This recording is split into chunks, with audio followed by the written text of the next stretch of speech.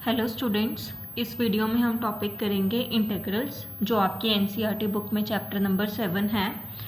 Topic start करने से पहले हम करते हैं इस टॉपिक के इंट्रोडक्शन कि इस कॉन्सेप्ट की नीड क्यों पड़ी। देखो, जैसे हमारे पास कोई भी फंक्शन हो, सपोज हमारे पास फंक्शन है एक्स स्क्वायर, तो अगर मैं बोलूँ इसका डेरिवेटिव निकालो तो आप बड़े आराम से निकाल सकते हो। हमें पता है कि एक्स स्क्वायर का डेरिवेटिव क्या होता है, 2x यूजिंग पावर रूल, है ना। बट मतलब फंक्शन से एफ एक्स से एफ डैश एक्स निकालना हमें आता है। हमने +1 में भी किया था, हमने +2 में भी किया है, chapter number 5 continuity and differentiability भी। लेकिन अगर हमें किसी फंक्शन का डेरिवेटिव पता हो, ऑलरेडी हमें गिवन हो कि सपोज करो कि हमें दे रखा है कि एफ डैश एक्स आपको गिवन है से किसके इक्वल है, 3x स्क्वायर के एफ डैश एक्स, एंड वो आपको बोले आप एफ एक्स निकालो। मतलब डेरिवेटिव गिवन है, डेरिवेटिव से आपको वो फंक्शन निकालना है, ओरिजिनल फंक्शन निकालना है जिसका ये डेरिवेटिव है। मतलब एफ डैश एक्स गिवन है, उससे आपको क्या फाइंड आउट करना है, F x. F x given हो, उससे एफ डैश एक्स निकालना तो आपको आता है, आप लोगों ने +1 क्लास में भी किया है एंड +2 में भी चैप्टर 5 में किया है।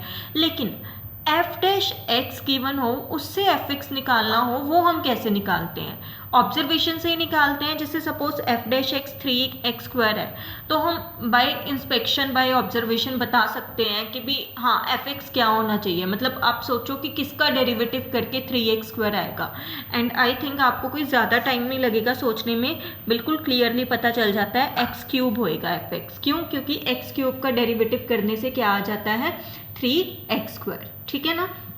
अब देखो, अगर आपको एफ डैश एक्स गिवन हो, उससे एफ एक्स निकालना हो, तो उस प्रोसेस को बोलते हैं एंटी डेरिवेटिव।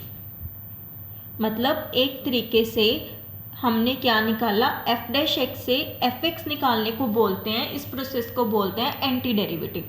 जब हम एफ एक्स से एफ डैश एक्स निकालते हैं तो इसको क्या बोलते हैं, डेरिवेटिव निकालना।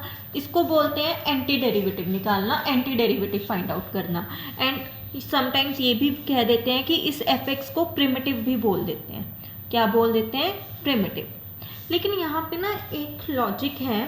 अब जैसे मैंने बोला कि F dash x 3x square है ना, मुझे फंक्शन बताओ जिसका डेरिवेटिव करके 3x स्क्वायर आ जाए।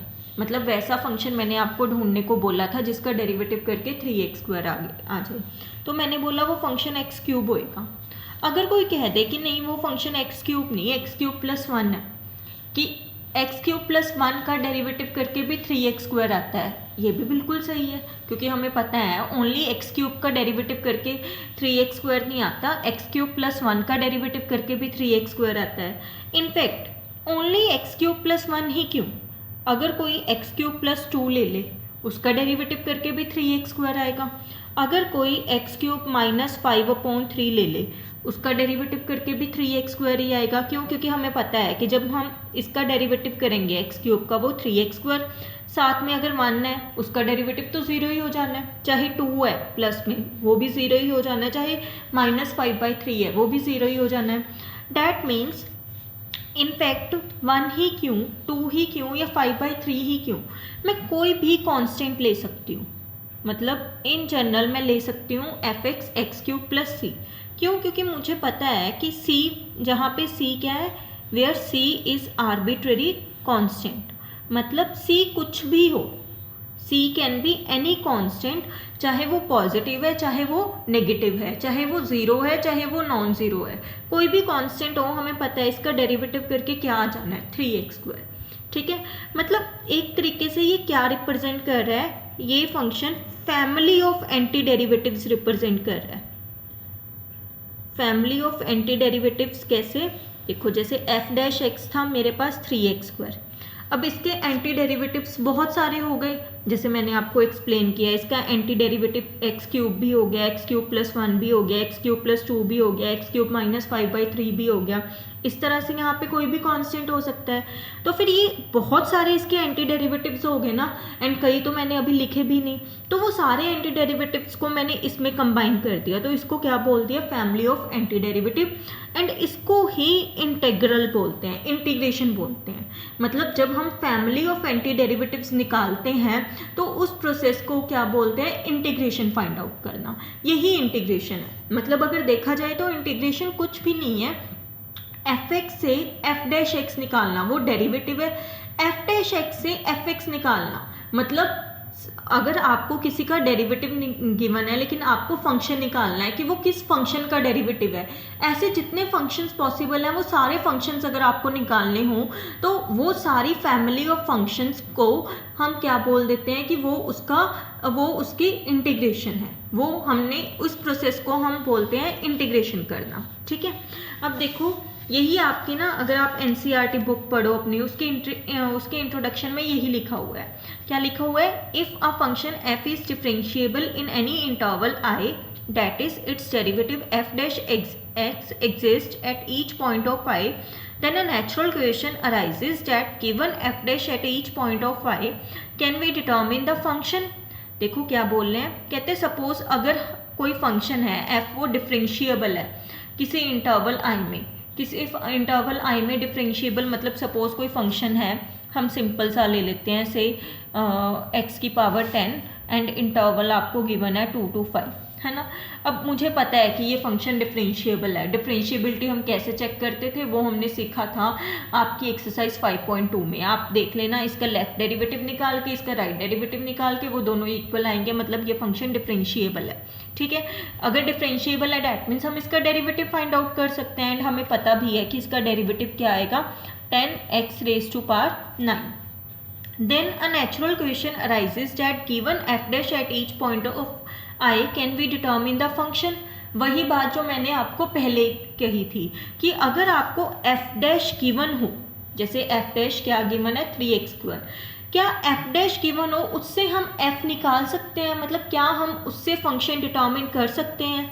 The function that could possibly have given function as a derivative are called antiderivatives और primitive of the function। वही मैंने आपको बोला कि जैसे ये फंक्शन, ये f डैश x था, इसके लिए कौन सा फंक्शन है, मतलब कौन सा एफ एक्स इस एफ डैश एक्स को सेटिस्फाई करेगा, उस एफ एक्स को क्या बोल देते हैं, एंटी डेरिवेटिव बोल देते हैं या प्रिमिटिव बोल देते हैं इस फंक्शन का। जैसे मतलब इस फंक्शन का एंटी डेरिवेटिव क्या हो गया, x³ या फिर x³ + 1 x³ + 2 या फिर इन जनरल हम बोल देंगे x³ + 6। मतलब ये जो इसका अगर f डैश एक्स गिवन हो उससे हम एफ एक्स निकालते हैं, जो एफ एक्स की वैल्यू आती है उसको हम f डैश एक्स का क्या बोल देते हैं, एंटी डेरिवेटिव या primitive. Further the formula that gives all these antiderivatives is called the indefinite integral of the function, and such process of finding antiderivatives is called integration। वही कहते कोई ऐसा फॉर्मूला जिससे हमें एकदम से सारे एंटी डेरिवेटिव्स पता चल जाए, वही फैमिली ऑफ एंटी डेरिवेटिव्स, उसको बोल देते हैं हम इनडेफिनिट इंटेग्रल। मतलब एक तरीके से मैं बोलूँगी कि ये जो फंक्शन है, ये इस एफ डैश एक्स का क्या है, इनडेफिनिट इंटेग्रल। ये एफ एक्स इस एफ डैश एक्स का क्या है, indefinite integral, and F dash X given हो उससे हम एफ एक्स निकाल लें, तो उसके लिए हम जो प्रोसेस फॉलो करते हैं उस प्रोसेस को क्या बोल देते हैं, इंटेग्रेशन। उस प्रोसेस को क्या बोल देते हैं, इंटेग्रेशन। तो फिर नीड क्या हुई, need of development of integral calculus. The first point है the problem of finding a function whenever its derivative is given. मतलब अगर आपको डेरिवेटिव गिवन हो, एफ डैश एक्स गिवन हो, लेकिन उससे आपको क्या निकालना हो, एफ एक्स निकालना हो, तो उसके लिए जो प्रोसेस होता है एफ डैश एक्स गिवन हो उससे एफ एक्स निकालना हो, तो फिर अगर इस तरह की प्रॉब्लम सॉल्व करनी हो तो उसके लिए हमें क्या यूज़ करना पड़ता है, इंटेग्रल कैलकुलस। आगे बी पार्ट है the problem of finding the area bounded by the graph of a function under certain conditions. ये अभी आप नहीं करोगे, ये आप करोगे 8th चैप्टर में, एप्लीकेशन ऑफ इंटेग्रल्स में। उसमें आप देखोगे कि अगर आपको बाउंडेड कर्व्स का एरिया निकालना है ना, जैसे सपोज ऐसे कोई कर्व जा रही है एंड आपको ये एरिया निकालना है, आप इस एरिया को फाइंड आउट करने के लिए भी आप क्या यूज़ करोगे, इंटेग्रेशन। उस टाइम आप डेफिनेट इंटेग्रेशन यूज़ करोगे, वो चलो हम बाद में करेंगे, ठीक है। तो फिर ये थी इंट्रोडक्शन ऑफ इंटेग्रल्स। देखो उसके बाद है बच्चे सिंबल ऑफ इंटेग्रेशन। ये जो होता है ये सिंबल होता है इंटेग्रेशन का, this is the symbol of integration. जैसे मैं लिखूँ integration of F x D x. अब ये क्या है, अब देखो इसका मतलब है जो हम यहाँ पे लिखते हैं कि हम उस फंक्शन की इंटेग्रेशन कर रहे हैं, ठीक है। dx मतलब किसके विद रिस्पेक्ट टू कर रहे हैं, x के विद रिस्पेक्ट टू, जैसे हम डेरिवेटिव में करते हैं। डेरिवेटिव में dx ऐसे डिवाइड में होता है ना, जैसे ये इसका मतलब होता है एक तरीके से derivative of fx with respect to x। इस सिंबल का यही मतलब होता है ना। अगर नीचे मैंने x डाला हुआ है dx, तो डैट मीन्स डेरिवेटिव किसके विद रिस्पेक्ट टू है, x के। अगर मैं नीचे t डाल दूँ तो उसका मतलब होता है डेरिवेटिव किसके विद रिस्पेक्ट टू है, t के। ऐसे ही इंटेग्रेशन में बच्चे d बाई डी एक्स की बजाय ये सिंबल होता है। This is the symbol for integration. जिस फंक्शन की करनी है वो उसके अंदर, ठीक है। साथ में हमें यहाँ पे मेंशन करना होता है कि हम किसके विद रिस्पेक्ट टू कर रहे हैं। अगर तो मैंने dx लिखा है तो डैट मीन्स हम इंटेग्रेशन किसके विद रिस्पेक्ट टू कर रहे हैं, x के। सपोज अगर कोई function in terms of t हो एंड मैंने integration with respect to t करनी हो तो लिखेंगे dt। अगर विद रिस्पेक्ट टू u करनी है तो लिखेंगे du एंड सो ऑन, ठीक है। तो फिर ये क्या हो गया, सिंबल ऑफ इंटेग्रेशन। और जो ये fx होता है इसमें, इसको बोल देते हैं बच्चे इंटेग्रेंट। वैसे ही बता रही हूँ नॉलेज के लिए, ये इंटेग्रेशन का सिंबल है, ये इंटेग्रेंट। और ये जो d के साथ होता है, x है, t है, u है, उस वो होता है वेरिएबल ऑफ इंटेग्रेशन, कि किसके विद रिस्पेक्ट टू आप इंटेग्रेशन कर रहे हो, ठीक है।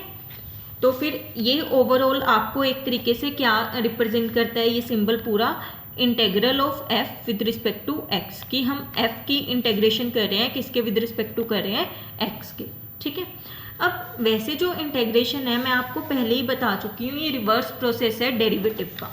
इंटेग्रेशन कुछ नहीं है बच्चे, integration is inverse process of derivatives. Inverse process of derivatives क्यों कह रही हूँ, क्योंकि देखो अगर f डैश गिवन हो, अगर f गिवन हो, ठीक है, fx गिवन हो, उससे f डैश x निकालना हो, तो इस प्रोसेस को हम कहते हैं डेरिवेटिव निकालना या डिफरेंशिएट करना, है ना। टू डिफरेंशिएट या फिर टू फाइंड आउट डेरिवेटिव, यही बोलते हैं ना हम इस प्रोसेस को। अगर fx गिवन हो, उससे f डैश x निकालना हो। लेकिन अगर f डैश x गिवन हो, क्या गिवन हो, f डैश x, उससे आप क्या निकाल रहे हो, fx। इस प्रोसेस को हम कहते हैं कि इंटेग्रल फाइंड आउट करना, टू फाइंड इंटेग्रल, या फिर हम कह देते हैं इंटीग्रेशन करना। f डैश एक्स गिवन हो, उससे fx निकालना हो, तो इस प्रोसेस को क्या बोल देते हैं, इंटीग्रेशन करना। मतलब fx से f डैश एक्स की प्रोसेस को डेरिवेटिव फाइंड आउट करना, f डैश एक्स से fx तक जाने की प्रोसेस को इंटीग्रेशन करना। तो फिर इसीलिए बोला जाता है integration is inverse process of derivatives. तो इंटीग्रेशन क्या है, कुछ भी नहीं है integration, it is a very simple topic. ये कुछ भी नहीं है, integration is basically inverse process of derivatives, ठीक है। अब देखो, जैसे ना मैं आपको बहुत सिंपल सी एग्जांपल्स दे दे के समझाती हूँ कि आपको क्लियर हो जाए। अब जैसे अगर सपोज मेरे पास कोई क्वेश्चन है, किसी ने मुझसे पूछ लिया कि cos x की इंटीग्रेशन क्या होगी, इसका मतलब है इंटीग्रेशन कर रही हूँ मैं किसकी, cos x की। dx मतलब किसके विद रिस्पेक्ट टू कर रही हूँ, x के विद रिस्पेक्ट टू। मतलब cos x की इंटीग्रेशन क्या होगी, बहुत सिंपल आंसर है। आप सोचो कि किसका डेरिवेटिव करके cos x आएगा। मतलब आपको जिसकी भी इंटीग्रेशन करनी है ना, आपको बस दिमाग में ये सोचना है कि किसका डेरिवेटिव करके वो फंक्शन आएगा। अब सोचो किसका डेरिवेटिव करके cos x आएगा, हमें पता है कि sin x का डेरिवेटिव करके cos x आएगा, तो फिर cos x की इंटीग्रेशन क्या होगी, sin x। But not only sin x, अगर कोई sin x प्लस 1 लिख दे वो भी ठीक है, क्योंकि हमें पता है sin x प्लस 1 का डेरिवेटिव भी क्या आएगा, cos x। sin x plus 2 लिख दे, उसका डेरिवेटिव भी cos x आएगा। sin x प्लस 3 लिख दे, उसका डेरिवेटिव भी क्या आएगा, cos x। तो हमेशा इंटीग्रेशन में हम इन जनरल यहाँ पे लगा देते हैं c, वेयर c क्या होता है, where c is constant of integration. मतलब c की वैल्यू कुछ भी हो सकती है, ये इसको बोल देते हैं कांस्टेंट ऑफ इंटीग्रेशन, क्योंकि हमें पता है कि c कुछ भी हो, इसके ये लगाने से कोई फर्क नहीं पड़ेगा। क्यों, क्योंकि ये सारी कर्व्स जो भी होंगी, sin x plus 1, sin x plus 2, sin x plus 3, इन सब का डेरिवेटिव, इन सब का रेट ऑफ चेंज किसके इक्वल होएगा, cos x के, ठीक है। ऐसे मतलब आप इंटीग्रेशन कर सकते हो। अब अगर कोई मुझसे पूछे कि sin x की इंटीग्रेशन क्या होएगी, आप कुछ भी ना सोचो, आप सिंपली ये सोचो कि किसका डेरिवेटिव करके sin x आएगा, है ना। हमें पता है कि cos x का डेरिवेटिव करके sin x आता है, बट cos x का डेरिवेटिव करके sin x नहीं माइनस sin x आता है, फिर हमें माइनस को एडजस्ट करना पड़ेगा। अब हम ये तो कह नहीं सकते कि cos x की इंटीग्रेशन sin x की इंटीग्रेशन cos x होएगी, क्यों? क्योंकि cos x का डेरिवेटिव sin x थोड़ा ही ना होता है, माइनस sin x होता है, तो फिर वो वाला माइनस हम यहाँ पे एडजस्ट कर देते हैं, क्योंकि अगर मैं यहाँ पे माइनस cos x कर दूंगी तो फिर हमें पता है कि अगर मैं माइनस cos x की इंटीग्रेशन डेरिवेटिव करूँ, cos x का माइनस साइन होएगा, ये वाला माइनस है, वो वाला माइनस क्या हो जाएंगे, एडजस्ट होके प्लस बना देंगे, sin x बन जाएगा। तो इस हिसाब से हम इंटीग्रेशन करते हैं। इसी के बेसिस पे बच्चे आपको NCERT की बुक में भी लिस्ट दी हुई है फॉर्मूलाज की, जो आपको लर्न करने हैं। ये सारे फॉर्मूलाज ये आपको लर्न करने हैं, लेकिन इनमें से एक भी फॉर्मूला ऐसा नहीं है जो क्रैम करना हो, मतलब आपको ऐसे लगे कि हाँ इतने सारे फॉर्मूलाज याद करने पड़ेंगे, बिल्कुल भी नहीं। ये सारे फॉर्मूलाज किसके बेसिस पे, डेरिवेटिव्स के बेसिस पे। अगर आपको डेरिवेटिव्स आते हैं ना तो फिर ये आपके लिए बिल्कुल मुश्किल काम नहीं है, बहुत आसान काम है इन फॉर्मूलाज को करना। देखो मैं थोड़ा सा एक्सप्लेन करती हूँ, जैसे सेकेंड थर्ड तो मैंने अभी एक्सप्लेन किए कि cos x की इंटीग्रेशन sin x क्यों होएगी, क्योंकि हमें पता है sin x का डेरिवेटिव करके क्या आता है, cos x। ये इन्होंने एक तरीके से यहाँ पे रीजंस दे रखे हैं कि इसके जैसे ये sin x का डेरिवेटिव cos x है, दैट्स वाई cos x की इंटीग्रेशन क्या बनी, sin x। हमें पता है cos x का डेरिवेटिव माइनस sin x है, तो फिर जब मैं sin की इंटीग्रेशन करूँगी, ये माइनस क्या है वहाँ पे चला जाएगा, तो sin x की इंटीग्रेशन क्या होगी, माइनस cos x। ऐसे ही tan x का डेरिवेटिव सेकेंड स्क्वायर x है, तो that means second square x की इंटीग्रेशन क्या होगी, tan x। क्योंकि आप ऐसे सोचो कि अगर ये देखो ये एक तरीके से f डैश x है, ये क्या है एक तरीके से fx है ना, मतलब अगर हमें पता है कि भी tan x का डेरिवेटिव करके सेकेंड स्क्वायर x आ रहा है, तो अगर मैं पूछूं सेकेंड स्क्वायर x की इंटीग्रेशन क्या होएगी, डैट मीन्स मैं एक तरीके से ये पूछ रही हूँ कि किसका डेरिवेटिव करके सेकेंड स्क्वायर x आएगा, किसका डेरिवेटिव करके सेकेंड स्क्वायर x आता है, tan x का, तो that means second square x की इंटीग्रेशन क्या होगी, tan x। ऐसे ही बाकी सारे। सबसे इम्पॉर्टेंट ना बच्चे ये जो पहले मैंने नहीं बताया है, ये रूल है जिसको बोल देते हैं पावर रूल ऑफ इंटीग्रेशन। जैसे उसमें भी था ना डेरिवेटिव्स में पावर रूल, ऐसे ही इंटीग्रेशन में भी है, जो कि मेरे हिसाब से बहुत इंपॉर्टेंट है एंड बहुत सिंपल भी है। देखो इसके हिसाब से बताने की बजाय मैं आपको पहले वैसे बताती हूँ कि पावर रूल मतलब कैसे यूज़ होता है। जैसे अगर कोई आपसे पूछे एक्स स्क्वायर की इंटीग्रेशन बताओ, ठीक है, आप पहले सोचो किसका डेरिवेटिव करके एक्स स्क्वायर आता है। वैसे जो उसमें पावर रूल था डेरिवेटिव्स में, वो ऐसे था कि x की पावर n हो तो n x की पावर n-1 हो जाता है, यही है ना। इंटीग्रेशन में ना उल्टा है, क्यों? क्योंकि इंटीग्रेशन क्या है, इन्वर्स प्रोसेस है डेरिवेटिव्स की, है ना। मतलब अगर मैं ये कह रही हूँ कि एक्स एन का डेरिवेटिव करके ये आ रहा है, तो डैट मीन्स एक तरीके से इसकी इंटीग्रेशन करके क्या आएगा, एक्स एन आएगा, यही आएगा ना। एन कांस्टेंट है, कांस्टेंट वैल्यू बाहर निकल जाती है, जैसे डेरिवेटिव में होता था कांस्टेंट वैल्यू डेरिवेटिव के सिंबल से बाहर आ जाती थी ना, ऐसे इंटीग्रेशन के सिंबल से भी बाहर आ जाती है।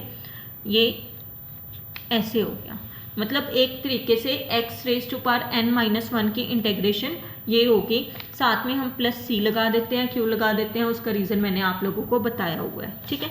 तो एक तरीके से ये क्या बन गया, पावर रूल बन गया। किसके लिए बन गया ये, जब हमारे पास क्या इंटीग्रेशन करनी हो, मतलब अगर आपको एक्स स्क्वायर की इंटीग्रेशन करनी है, ये पावर रूल को ऐसे रीड करो कि ऊपर जितनी भी पावर हो यहाँ पे आके वो एक क्या हो जाता है प्लस, एंड नीचे वही वाली क्या हो जाती है, डिवाइड हो जाती है। जैसे एक्स स्क्वायर है, एक्स स्क्वायर की इंटीग्रेशन क्या होगी, x³ / 3 प्लस सी। अगर x³ हो उसकी क्या होगी, x4/4 प्लस सी एंड सो ऑन, ठीक है। अब ये सारे फॉर्मूलाज बच्चे आपको लर्न करने हैं, ये आप देख लेना, बहुत क्लियरली बहुत इजीली आपको समझ में आ जाएंगे ये। इसमें से ये मैं मेन बता देती हूँ, जैसे e की पावर x है, इसका डेरिवेटिव क्या होएगा, e की पावर x, तो e की पावर x की इंटीग्रेशन भी क्या होएगी, e की पावर x। हाँ ये सॉरी एक चीज़ स्किप होगी मुझसे, जैसे x raise to power n है, इसकी इंटेग्रेशन ये होगी, जैसे मैंने आपको बताया कि एक पावर बढ़ जाएगी एंड वही वाली डिवाइड में आ जाएगी। मतलब वही ना, डेरिवेटिव में क्या होता था, एक पावर कम हो जाती थी, यहाँ पे क्या होएगा, एक पावर बढ़ेगी। एंड डेरिवेटिव में मल्टीप्लाई में होती थी, यहाँ पे डिवाइड में आएगी पावर। क्यों आ रही है ऐसे, ये आपको डेरिवेटिव करने से क्लियर हो जाएगा। लेकिन ये रूल तभी वैलिड है जब n-1 के इक्वल ना हो। क्यों? क्योंकि अगर n-1 के इक्वल हो गया, आप खुद सोचो डिनोमिनेटर में क्या बन जाएगा, 0, फिर वो तो प्रॉब्लम हो जाएगी, अनडिफाइंड हो जाएगा। तो फिर इसीलिए ये रूल तब वैलिड है जब n क्या है, -1 के इक्वल ना हो। अगर n-1 के इक्वल हो गया तो ये फंक्शन क्या होएगा, x की पावर -1, मतलब 1/x। अब 1/x की इंटेग्रेशन, मतलब आपको ऐसा फंक्शन सोचना है जिसका डेरिवेटिव करके 1/x आए। आप लोगों को पता ही होगा किसका डेरिवेटिव करके 1/x आता है, आपने 5th चैप्टर में किया हुआ है। log x का डेरिवेटिव करके 1/x आता है, तो इसकी इंटेग्रेशन क्या होगी, log x प्लस c। हम क्यों लगा रहे हैं वो आपको पता ही है, ये यहाँ पे लिखा हुआ है। सिमिलरली बच्चे ये a raise to power x की दी रखी है, इसका रीज़न यहाँ पे एक्सप्लेन किया हुआ है। ये सब फॉर्मूलास आपने ध्यान में रखने हैं, कोई ऐसे नहीं है क्रैम करना है। आप अगर एक बार पढ़ोगे आपको बिल्कुल ईजिली आपको इसके रीजंस क्लियर हो जाएंगे, ठीक है। उसके बाद है बच्चे कुछ इंपॉर्टेंट प्रॉपर्टीज़ हैं इनडेफिनेट इंटेग्रल्स की। हाँ, इनडेफिनेट इंटेग्रल्स क्या बच्चे, इंटेग्रल्स ना दो तरह के होते हैं, कि इनडेफिनेट एक डेफिनेट। इनडेफिनेट जो होते हैं उनमें लिमिट्स नहीं होती, जैसे यहाँ पे कोई लिमिट्स नहीं है। लेकिन आप आगे जाके देखोगे आपको इंटेग्रल्स आएंगे विथ लिमिट्स, जैसे 0 से 2 ऐसे करके कोई लिमिट दे रखी होगी, ज़रूरी नहीं है 0 से 2, कोई भी दे सकते हैं, उनको बोल देते हैं डेफिनेट इंटेग्रल। जिनमें कोई लिमिट नहीं होती वो होते हैं इनडेफिनेट इंटेग्रल। फिलहाल हम इनडेफिनेट कर रहे हैं विदाउट लिमिट्स। सबसे पहली प्रॉपर्टी तो यही है जो हम डेरिवेटिव्स में भी करते हैं, कि अगर दो फंक्शन का प्लस हो रहा हो या फिर माइनस हो रहा हो, कुछ भी हो रहा हो एंड उसके इंटेग्रेशन करनी हो, तो हम अलग अलग करके कर सकते हैं। मतलब f(x) की अलग से इंटेग्रेशन प्लस g(x) की अलग से, जैसे डेरिवेटिव में करते हैं। जैसे सपोज दो फंक्शन है, उनका डेरिवेटिव करना हो, उनकी एडिशन का, तो हम वो डेरिवेटिव का सिंबल ऐसे अलग अलग नहीं कर लेते, डेरिवेटिव में कर लेते हैं ना अलग अलग। सिमिलरली बच्चे इसमें है इंटेग्रेशन में, चाहे प्लस हो चाहे माइनस हो, हम ऐसे इंटेग्रल अलग अलग कर सकते हैं। एंड सेकेंड रूल ये भी हमने डेरिवेटिव्स में किया हुआ है, कि जैसे सपोज कोई फंक्शन है उसकी हमें इंटेग्रेशन करनी है, उसके साथ k कोई रियल नंबर है, कोई कांस्टेंट है, where k is any real number. अगर ये मल्टीप्लाई हो रहा है तो हम क्या करते हैं, जैसे मैंने आपको डेरिवेटिव्स में समझाया हुआ है कि अगर कोई कांस्टेंट मल्टीप्लाई या डिवाइड हो रहा हो तो हम उसको बाहर लेके आ सकते हैं। ऐसे ही इसमें है, अगर कोई कांस्टेंट किसी फंक्शन के साथ मल्टीप्लाई या डिवाइड हो रहा हो तो हम उसे इंटेग्रल के सिंबल से बाहर निकाल सकते हैं। हमने डेरिवेटिव्स में पढ़ा है कि अगर दो फंक्शंस मल्टीप्लाई हो रहे हों एंड उनका डेरिवेटिव करना हो तो हम ऐसे नहीं कर सकते, ये इसके इक्वल तो नहीं होता कि f(x) का अलग कर दो g(x) का अलग कर दो, ये ऐसे तो नहीं कर सकते ना। डेरिवेटिव्स में हमें दो फंक्शंस मल्टीप्लाई हो रहे हो एंड उसका डेरिवेटिव करना हो तो हमें प्रोडक्ट रूल लगाना पड़ता है। ऐसे ही बच्चे इंटेग्रेशन में है, अगर दो फंक्शंस मल्टीप्लाई हो रहे हो तो हम ऐसे नहीं है कि एक की इंटेग्रेशन इंटू दूसरे की इंटेग्रेशन ऐसे कर दें, ये बिल्कुल गलत है।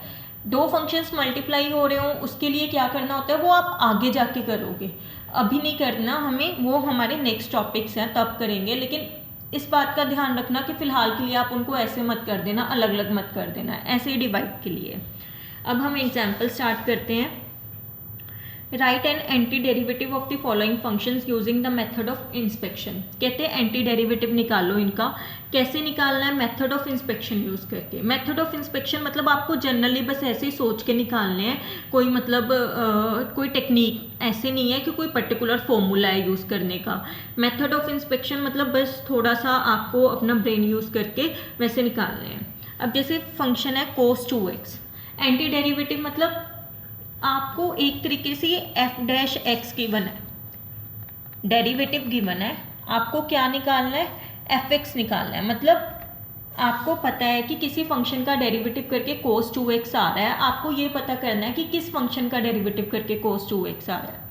आप सिंपली सोचो cos किसका डेरिवेटिव करके आता है, साइन का ना, तो मैंने लिखा साइन 2x इसलिए ले लिया क्योंकि यहाँ पे भी 2x था। साइन 2x का डेरिवेटिव करके क्या आएगा, cos 2x, साथ में हम एंगल का डेरिवेटिव करते हैं तो 2 cos 2x आ गया। 2 यहाँ पे आके क्या हो गया, डिवाइड। तो फिर cos 2x किसका डेरिवेटिव करके आ गया। अब ये डेरिवेटिव के सिंबल के बाहर था, चाहे मैं इसको अंदर ले जाऊं, मतलब किसका डेरिवेटिव करके cos 2x आ रहा है, 1/2 sin 2x का, मतलब anti derivative of cos 2x क्या हो गया, 1/2 sin 2x। ठीक है, बस इतना को करना था। ऐसे ही सेकंड एग्जांपल है ये, आपको इसका एंटी डेरिवेटिव निकालना है, मतलब आपको सोचना है कि किस फंक्शन का डेरिवेटिव करके 3x² + 4x³ आएगा। वेरी सिंपल, 3x² किसका डेरिवेटिव करके आएगा, आता है 3x² x³ का, 4x³ किसका डेरिवेटिव करके आता है, x4 का। तो x³ + x4 का डेरिवेटिव कितना हो गया, 3x² + 4x³, मतलब इसका एंटी डेरिवेटिव क्या हो गया, x³ + x4। ऐसे ही आपके पास थर्ड एग्जाम्पल है 1/x, ये भी बिल्कुल सिंपल है, x ≠ 0, किसका डेरिवेटिव करके 1/x आता है, log x का, मतलब एंटी डेरिवेटिव 1/x का क्या हो गया, log x। उसके बाद बच्चे आपके पास क्वेश्चन है इंटेग्रेशन के, जो कि बहुत ज़्यादा सिंपल है। देखो पहला क्वेश्चन था ये कि इसके इंटेग्रेशन करो। किसी को भी अगर आपको इंटेग्रेट करना है किसी भी फंक्शन को, उसको आई की इक्वल लेट कर लिया करो। आई इसलिए क्योंकि इंटेग्रल्स हम कर रहे हैं ना, इंटीग्रेशन हम कर रहे हैं, तो आई मान लेते हैं, कोई हार्ड एंड फास्ट रूल नहीं है, ऐसे ही। अब देखो पहले हमने इसको अलग अलग किया, x², इसके नीचे डिवाइड, इसके नीचे डिवाइड, ठीक है, फिर ये कैंसिल हो गया, x हो गया, ये हो गया। अब हमें पता है, मैंने आप लोगों को वो प्रॉपर्टी बताई थी कि अगर दो फंक्शन प्लस या माइनस हो रहे हो, है ना, उनकी इंटेग्रेशन करनी हो तो हम अलग अलग कर सकते हैं। ये प्रॉपर्टी की थी ना, ये प्रॉपर्टी अब हम यहाँ पे अप्लाई करेंगे। x की इंटेग्रेशन अलग, जिसकी इंटेग्रेशन कर रहे हो उसके साथ dx लगाना ज़रूरी है, ताकि पता तो हो ना किसके विद रिस्पेक्ट टू कर रहे हो, 1/x² की इंटेग्रेशन। अब हमें पता है कि x की इंटेग्रेशन क्या होएगी, x पावर रूल लगेगा, क्योंकि पावर रूल हमने पढ़ा था कि ये क्या होता है, एक पावर इंक्रीज हो जाती है एंड वही डिवाइड में आ जाती है, यही था ना पावर रूल। ये कब नहीं एप्लीकेबल होता, जब n क्या हो, -1 के इक्वल हो। अब हमारा n का रोल 1 प्ले कर रहा है, ये -1 के तो इक्वल नहीं है, तो हमने क्या लगा दिया, पावर रूल लगा दिया। ऐसे ही यहाँ पे भी लगा दिया। यहाँ पे n कुछ भी हो सकता है, नेगेटिव, पॉजिटिव, रैशनल, इरेशनल, कोई भी रियल नंबर हो सकता है, बस ये ध्यान में रखना कि ये वो -1 के इक्वल ना हो। तो यहाँ पे पावर रूल लग गया, एक पावर इंक्रीज होगी, नीचे भी इंक्रीज होगी, ऐसे ही यहाँ पे भी पावर रूल लग गया, ये आ गई हमारी इंटीग्रेशन। ऐसे ही था x की पार्ट 2/3 + 1, इसका भी बच्चे x की पार्ट 2/3 + 1 को i लिख लिया, अलग अलग कर लिया। x की पार्ट 2/3 पे क्या लगेगा, पावर रूल लगेगा, इस पर पावर रूल लगा दिया हमने। एंड 1 की इंटीग्रेशन बच्चे आप याद रख लो, अगर 1 की इंटेग्रेशन अगर विद रिस्पेक्ट टू x कर रहे हो तो क्या आएगी, आप खुद सोचो, किसका derivative with respect to x 1 आता है, किसका डेरिवेटिव करके 1 आता है, x का ना, तो फिर 1 की इंटेग्रेशन क्या होगी, x + c आप एंड में एक ही लगा दिया करो, कोई ज़रूरी नहीं है कि आपको, मतलब अगर 2 इंटेग्रल्स हैं तो 2 c लगाने की ज़रूरत है, बस एक ही लगा दिया करो, सफिशेंट है। ऐसे ही नेक्स्ट फंक्शन था बच्चे ये, इसमें भी मैंने क्या किया, 3 फंक्शंस हैं, जैसे हम 2 को अलग अलग कर सकते हैं, हम 3 को भी कर सकते हैं, in fact any n number of functions को हम अलग कर सकते हैं। n क्या है, कोई भी फाइनाइट नंबर हो, मतलब 3, 4, 5, 6 कितने भी फंक्शंस हैं, हम उनको ऐसे इंटेग्रल में अलग कर सकते हैं। इसकी इंटेग्रेशन अलग, इसकी अलग, इसकी अलग। यहाँ पे पावर रूल, e की पावर x की इंटेग्रेशन e की पावर x, 1/x की log x and so on. ठीक है, ये आंसर आ गया आपके पास। नेक्स्ट है थर्ड एग्जाम्पल, ये बस ट्रिग्नोमेट्रिक है तो सेम ही, sin x + cos x, इसकी इंटेग्रेशन करनी थी, इसको i मान लिया, sin x की अलग, cos x की अलग। वो फॉर्मूलाज आपने लर्न किए होंगे, या फिर वैसे भी आप बाय इंस्पेक्शन थोड़ा दिमाग लगा के सोच सकते हो। sin x की इंटेग्रेशन -cos x होती है, चाहे वो फॉर्मूलाज देख लेना, cos x की sin x + c, ये आंसर आ गया। नेक्स्ट है कोसेकेंट x + cot x, इसमें भी बस इसको मल्टीप्लाई किया, कोसेकेंट स्क्वायर x की आप उस फॉर्मूले से देखना -cot x, cosecant x cot x की -कोसेकेंट x। जो मैंने एक लिस्ट दिखाई थी ना फॉर्मूलाज की, उसमें ये सारे फॉर्मूलाज हैं, आपकी बुक में भी गिवन है, ये देखो कोसेकेंट स्क्वायर x की, ये कोसेकेंट x cot x की, उसमें से आप पढ़ लेना एंड लर्न भी कर लेना। आगे 1 - sin x/cos²x, इसको पहले मैंने i मान लिया, अलग अलग कर लिया, अलग अलग करके ये सेकेंड स्क्वायर x आ गया, इसकी इंटेग्रेशन tan x होगी, इसको मतलब ये बन गया tan x सेकेंड x, इसकी सेकेंड x होगी +c। ठीक है, अब नेक्स्ट आपकी फोर्थ एग्जाम्पल है एंड वाली, उसमें है कहते एंटी डेरिवेटिव निकालो फंक्शन का। फंक्शन ये है सिंपल है बच्चे, बहुत सिंपल है, बस ये कंडीशन याद रखनी है। एंटी डेरिवेटिव का नाम कैपिटल एफ रखना है एंड कहते हैं वो कैपिटल एफ इस तरह का फंक्शन हो जिसमें 0 पुट करके 3 आए, कि आप उस फंक्शन में जो आपको फंक्शन निकालना है उसमें 0 इनपुट दो तो आउटपुट क्या आनी चाहिए 3। अब देखो सिंपली 4x³ किसका डेरिवेटिव करके आता है x4 का, 6 किसका डेरिवेटिव करके आएगा 6x का। तो एक तरीके से मुझे पता चल गया कि इसका ये किसका डेरिवेटिव है, ये किसका डेरिवेटिव है x4 minus 6x plus c मैंने q लगाया क्योंकि हमें ना ये रिस्ट्रिक्शन दी हुई थी। वैसे तो मैं कहती ये भी आंसर आ जाता, ये कैपिटल F बन जाता, ये आंसर हो जाता, लेकिन यहाँ पे एक ये प्रॉब्लम थी, उन्होंने हमें कंडीशन दी हुई थी कि 0 पुट करके 3 ही आना चाहिए, लेकिन इसमें तो 0 पुट करके 3 आ नहीं रहा। तो मुझे नहीं पता यहाँ पे कौन सा कांस्टेंट फिट होएगा, मैंने C लगा दिया, कोई भी आर्बिट्रेरी कांस्टेंट है, क्योंकि हमें पता है इससे कोई फ़र्क तो पड़ेगा नहीं, हम एंटी डेरिवेटिव में C लगा सकते हैं। क्यों? क्योंकि ये मैं आपको पहले एक्सप्लेन कर चुकी हूँ। अब 0 पुट करके 3 आना चाहिए, इसमें मैंने x की जगह 0 पुट किया, अगर मैं x की जगह 0 पुट करूँगी तो ये c बन जाएगा, तो c की वैल्यू क्या आ गई 3, ये इसमें पुट कर दिया, ये क्या आ गया कैपिटल F, ये आंसर हो गया। ठीक है, आई होप आपको ये समझ में आ गया होगा। इंटीग्रल्स का टॉपिक बहुत इंपॉर्टेंट टॉपिक है एंड इसके बेसिस पे अब आप अपने 7.1 सॉल्व कर सकते हो। Thank you.